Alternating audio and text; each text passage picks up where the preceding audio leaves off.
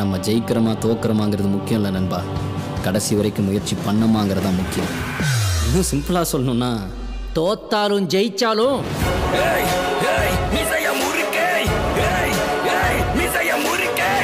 Hello guys, Thunderbolts இந்த படம் பார்த்தீங்கன்னா ஃபைனலாக இன்னைக்கு ரிலீஸ் ஆகிடுச்சு. இந்த படத்தை நான் பார்க்க தேட்டரில் போகிறப்ப ஜீரோ ஹைப்பில் தான் போனேன். ஏன்னா மோஸ்ட்லி வந்து இப்போதைக்கு நான் எந்த படத்துக்குமே ஹைப்போட போகிறதில்ல. ஏன்னா அப்படி ஹைப்போட போகிறப்ப கண்டிப்பாக பார்த்தீங்கன்னா அது சாட்டிஸ்ஃபை பண்ணாமல் போயிடுது. அதனால ஹைப்பெல்லாம் பார்க்குறப்ப அந்த படம் வந்து ஆவரேஜாக இருந்தாலும் நமக்கு வந்து பார்த்திங்கன்னா ஒரு சாட்டிஸ்ஃபைடு ஃபீலிங் வரும். அதே மாதிரி தான் இந்த படத்துக்கு போனேன். பட் முன்னாடி பார்த்திங்கன்னா படம் வந்து தாறுமாறாக இருந்தது. ஸோ இப்போதைக்கு இந்த வீடியோவில் இந்த படத்தோட பாசிட்டிவ் நெகட்டிவ் அப்படின்ட்டு மொத்த மேட்டரை பார்த்துடலாம்.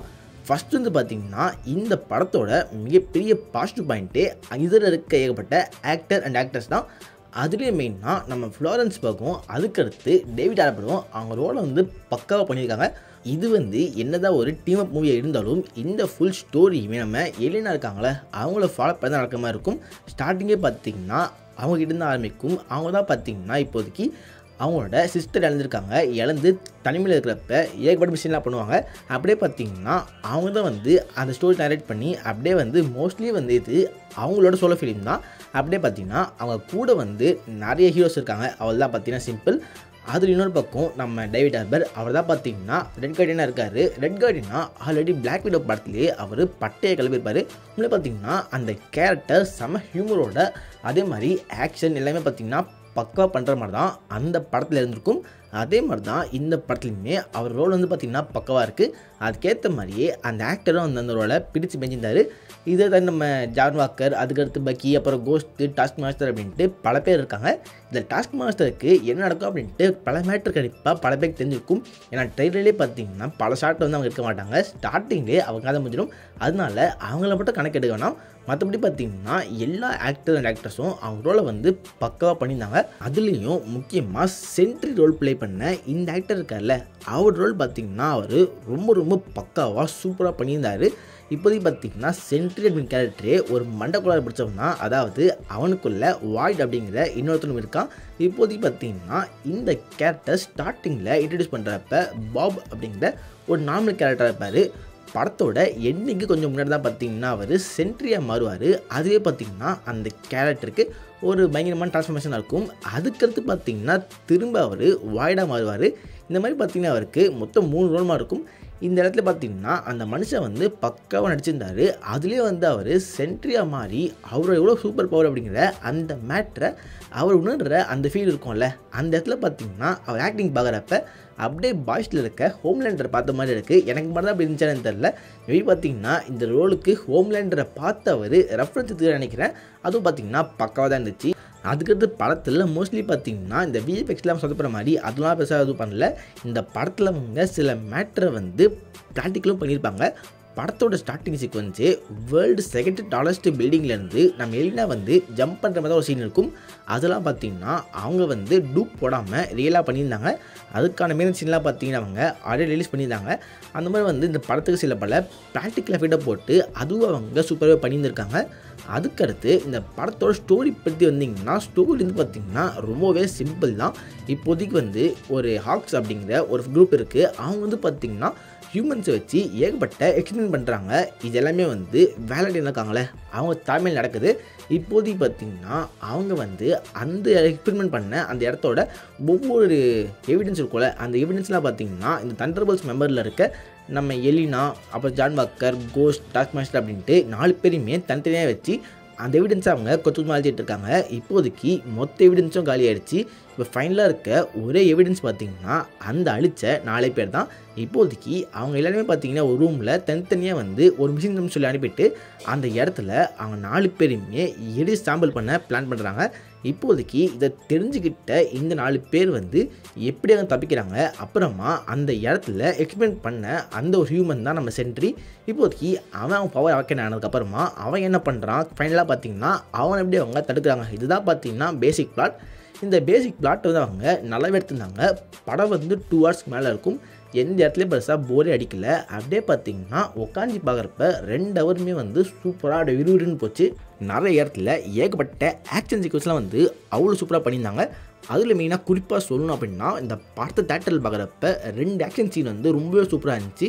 அதில் வந்து ஃபஸ்ட்டு மெயினாக பக்கியோட என்ட்ரி, அதாவது பக்கி என்ட்ரி அப்படிங்கிறப்ப ட்ரெய்லரில் ஒரு சீன் பார்த்துருப்பீங்களே, அந்த இடத்துல வந்து பக்கி வந்து இந்த மாதிரி தண்டர்போல்ட்ஸ் மெம்பரை காப்பாற்றுற மாதிரி காமிச்சிருப்பாங்களே, அந்த சீன் வந்து படத்தோட கரெக்டாக ஃபஸ்ட் ஆஃபுக்கு எண்டிங் மாதிரி வந்துட்டு இருந்தது.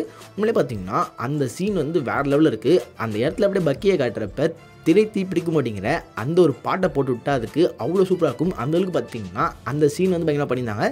அதுக்கடுத்து சென்ட்ரியை இந்த தண்டர்போல்ட்ஸ் டீமில் இருக்க எல்லாருமே, அதாவது தண்டர்போல்ட்ஸ் இப்போ தான் ஃபார்ம் ஆகிறாங்க.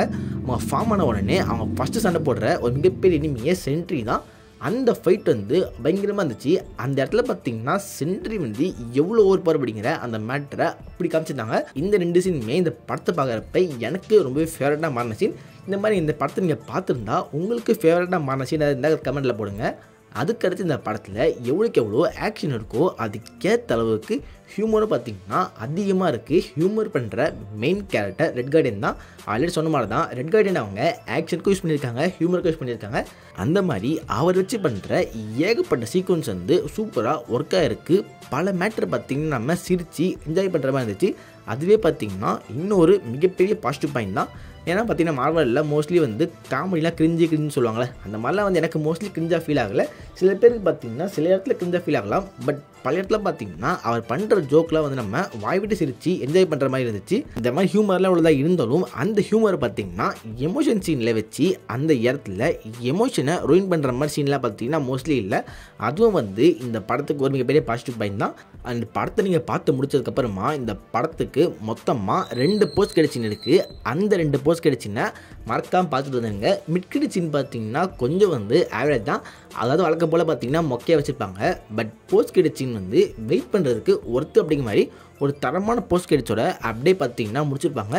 அண்ட் இன்னொரு முக்கியமான விஷயம் வந்து மார்வலில் நிறைய பேர் சொல்கிற ஒரு மிகப்பெரிய குறையே மார்வல்னால் கண்டினியூட்டி தான். அந்த ஒரு யூனிவர்ஸ்க்கான கண்டினியூட்டி இப்போ வர நிறைய படங்களில் இல்லவே இல்லை அப்படிங்கிற இந்த மேட்டரை பல பேர் வந்து ஒரு கம்ப்ளைண்ட் சொல்லிட்டு இருந்தாங்க. பட் இந்த படத்தில் அந்த மாதிரி இல்லாமல் மோஸ்ட்லி வந்து நிறைய படம், அதாவது முன்னாடி அந்த படத்தில் வந்த அந்த மேட்டரில் அவங்க அங்கங்கே ரெஃபரன்ஸ் வச்ச மாதிரி இருக்கும். ஏன்னு பார்த்தீங்கன்னா இது வந்து ஒரு டீம் அப் மூவி. இதுக்கு முன்னாடி வந்த பல சீரீஸ் பல படங்கள் வந்து பார்த்து கேரக்டர் தான் வராங்க. அதாவது நம்ம ஜான் வாக்கர், அப்புறமா கோஸ்ட், அதுக்கு டாஸ்க் மாஸ்டர், இங்கெல்லாம் பார்த்தீங்கன்னா இதுக்கு முன்னாடி வேறு படங்களில் இன்ட்ரடியூஸ் பண்ணுவாங்க. இப்போதைக்கு இந்த மாதிரி ஏகப்பட்ட ப்ராஜெக்ட்ஸில் இன்ட்ரடியூஸ் பண்ண கேரக்டர்ஸ்லாம் ஒன்றா ஒரே படத்தில் கொண்டு வரணுங்கிறப்ப அங்கே பார்த்திங்கன்னா பல படத்துக்கான ரெஃபரன்ஸை வச்சு தான் ஆகணும். அதனாலே பார்த்திங்கன்னா சில இடங்களில் வந்து பழைய படத்துக்கான கண்டினியூட்டி அங்கே வைக்கிற மாதிரி இருக்கும். அதுலேயே பார்த்திங்கன்னா இந்த படமும் பிரேவ் நியூ வேர்ல்டும் ஆல்மோஸ்ட் பார்த்திங்கன்னா ஒரு சேம் ட்ராக்கில் நடக்கிற மாதிரி தான் இருக்கும். அதனாலே பார்த்திங்கன்னா அந்த படத்துக்கான ரெஃபரன்ஸ் வந்து அப்படியே அங்கங்கே இருக்கும்.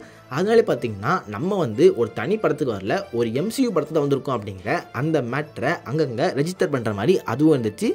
இந்த படத்துக்கு இவ்வளோ பாசிட்டிவ் பாயிண்ட் இருக்குது, நெகட்டிவே இல்லைன்னு கேட்டிங்கன்னா நெகட்டிவ் சுத்தமாக இல்லைன்னு சொல்ல முடியாது, சிலது இருக்குது. அதில் மெயினாக பார்த்திங்கன்னா இந்த படத்தோட எண்டிங் தான். அதாவது சென்ட்ரியை ரொம்ப பவராக காமிச்சிருப்பாங்க. அவர் என்ன பண்ணுறதுனே தெரியாது அப்படிங்கிற மாதிரி இருந்த அந்த வில்லனுக்கான அந்த ஃபைனல் ஃபைட் வந்து கொஞ்சம் பயங்கரமாக எதிர்பார்த்தேன். பட் அதை மட்டும் வந்தவங்க ரொம்பவே சப்புன்னு முடிந்த மாதிரி இருந்தது. இன்னொரு முக்கியமான விஷயம், இந்த படத்தை பார்க்குறதுக்கு முன்னாடியே இந்த படத்தில் சென்ட்ரி சாக மாட்டார் அப்படிங்கிற அந்த மேட்டர் கண்டிப்பாக பல பேருக்கு தெரிஞ்சிருக்கும். ஏன்னா டூம்ஸ்டேயில் அவர் இருக்க போகிறார் அப்படிங்கிற அந்த மேட்டர் அவங்க ஆல்ரெடி அஃபிஷியலாக சொல்லியிருந்தாங்க. ஸோ அப்படிங்கிறப்ப இந்த படத்தில் இவர் சாக மாட்டார்னு தெரியும். பட் ஸ்டில் பார்த்தீங்கன்னா அந்த ஃபைட்டை கொஞ்சம் பிரம்மாண்டமாக எதிர்பார்த்தேன். அது மட்டும் எனக்கு கொஞ்சம் இல்லை அப்படிங்கிற ஃபீல் ஆச்சு. மற்றபடி பார்த்தீங்கன்னா எனக்கு இந்த படம் வந்து ரொம்பவே பிடிச்சிருந்தது. படத்தை பார்க்க போனீங்கன்னா கண்டிப்பாக வந்து ஒரு 2 hours வந்து உங்களுக்கு செம்மையாக டைம் பாஸ் ஆகும். முன்னாடி வந்து ஒரு ஒர்த் டு வாட்ச் தான். இந்த படத்துக்கு கண்டிப்பாக நான் வந்து ஒரு 10/8 கொடுப்பேன். இந்த படத்தை நீங்கள் பார்த்துருந்தீங்கன்னா இந்த படத்துக்கு 10/8 கொடுப்பீங்க அப்படிங்கிற அந்த மேட்டரை கீழே கமெண்ட்டில் போடுங்க. இந்த வீடியோவில் தான் வீடியோ கிளிக் பண்ணுங்கள், உங்கள் ஃப்ரெண்ட்ஸாக ஷேர் பண்ணுங்கள், நம்ம சேனலை மறக்காம சப்ஸ்கிரைப் பண்ணுங்கள். Okay, good bye.